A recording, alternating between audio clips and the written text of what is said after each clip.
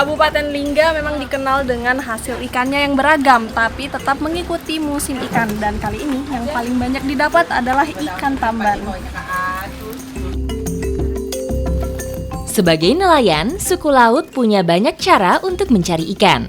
Seperti memanfaatkan kelong, salah satu tempat untuk menangkap ikan. Hasil tangkapan ada dua jenis ikan, bilis dan tamban. Keduanya dijemur untuk dikeringkan. Ini kalau hari panas begini, berapa lama baru bisa keringnya, Pak? Ini lambat sih, Bu. Kalau seperti ini agak lambat ya? Ini kita jemur dulu. Kalau misalnya matahari terik, itu bisa setengah hari sudah kering. Tapi kalau seperti ini, itu bisa seharian baru ikannya kering. Meski mudah, harus dilakukan dengan cara yang benar supaya daging ikan tidak hancur. Kalau ikan yang ukurannya cukup besar seperti ini, cara ngeringinnya itu beda, bukan seperti ikan bilis yang tadi, tapi harus disusun rapi.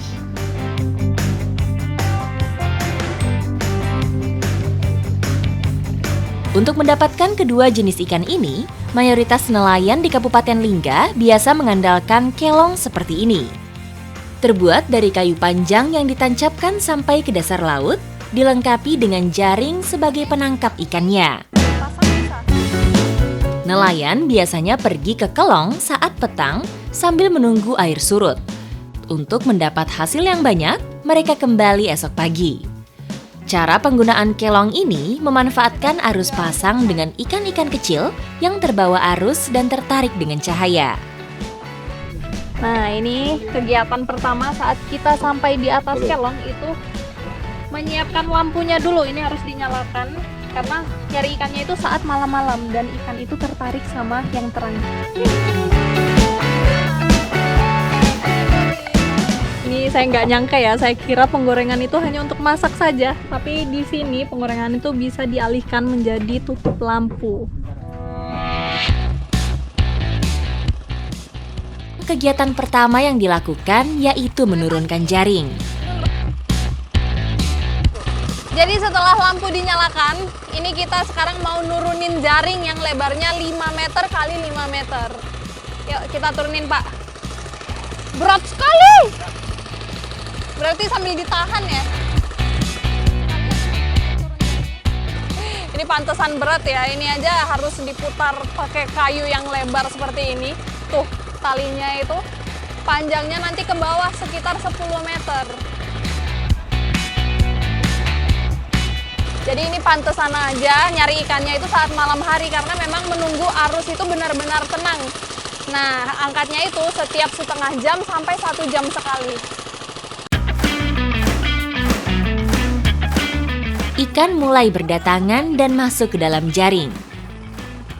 Saat itu juga, jaring diangkat, diambil ikannya, lalu kembali diturunkan.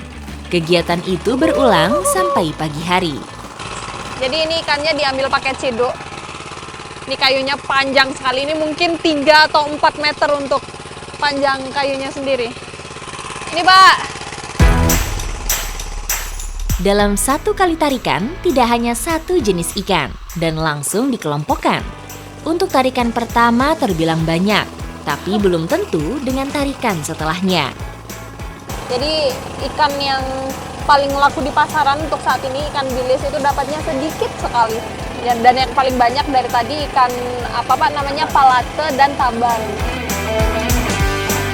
Setelah disortir, ikan lalu direbus agar ikan awet karena tidak bisa langsung dibawa pulang. Jadi ini setelah dapat harus langsung direbus karena di sini nggak ada es atau alat pengawet lainnya. Ini adalah salah satu cara pengawetan ikan yang paling simple. Perebusan juga ditambah dengan garam untuk menambah rasa dan supaya lebih awet.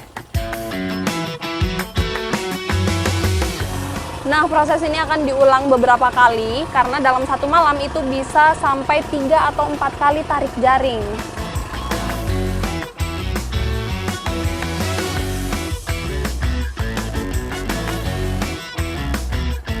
Ikan yang sudah kering bisa dikonsumsi atau dijual kembali. Ada cara lain yang biasa dilakukan oleh warga di Kabupaten Lingga untuk mengeringkan ikan selain dijemur. Tapi saya harus menyeberang dulu karena cara yang satu ini bisa kita temukan di Pulau Mepar.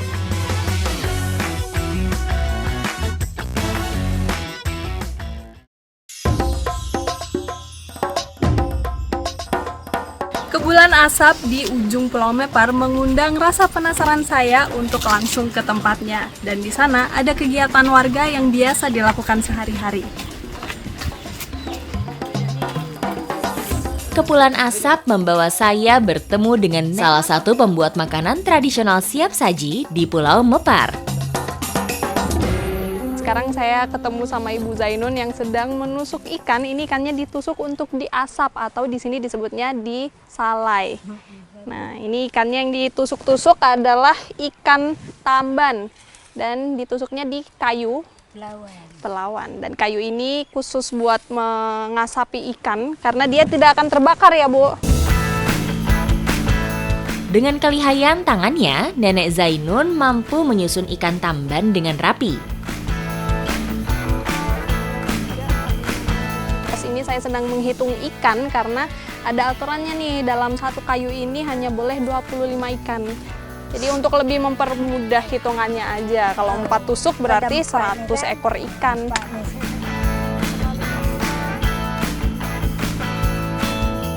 Ini adalah proses sebelum bisa mulai disalai. Jadi setelah ditusuk-tusuk itu dibilas dulu dengan air. Setelah ikan ditusuk, Bawa kemana, Nek? kemudian dibawa untuk disalai atau diasapi. Oh, langsung disalai.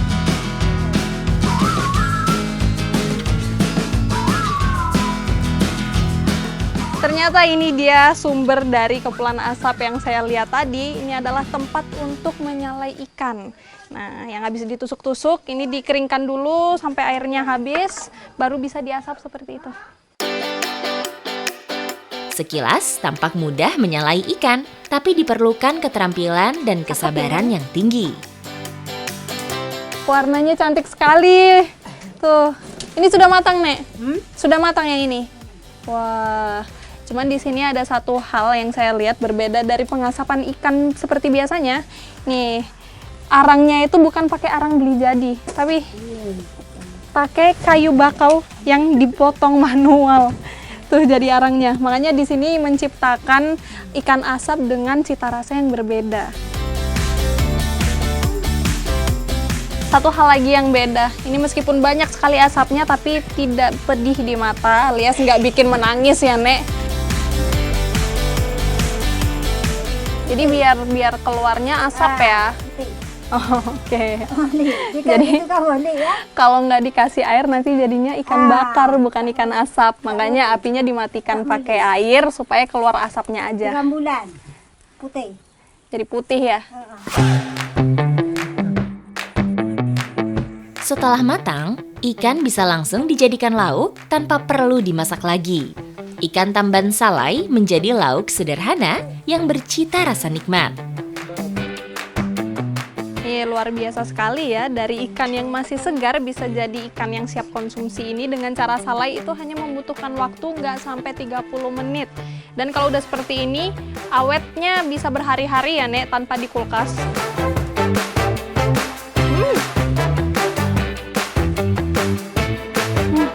Wanginya sih memang wangi asap ya, tapi asap yang gurih. Rasanya pun gurih sekali loh, ini tanpa bumbu sama sekali. Ini pakai nasi hangat enak sekali nih. Lemak.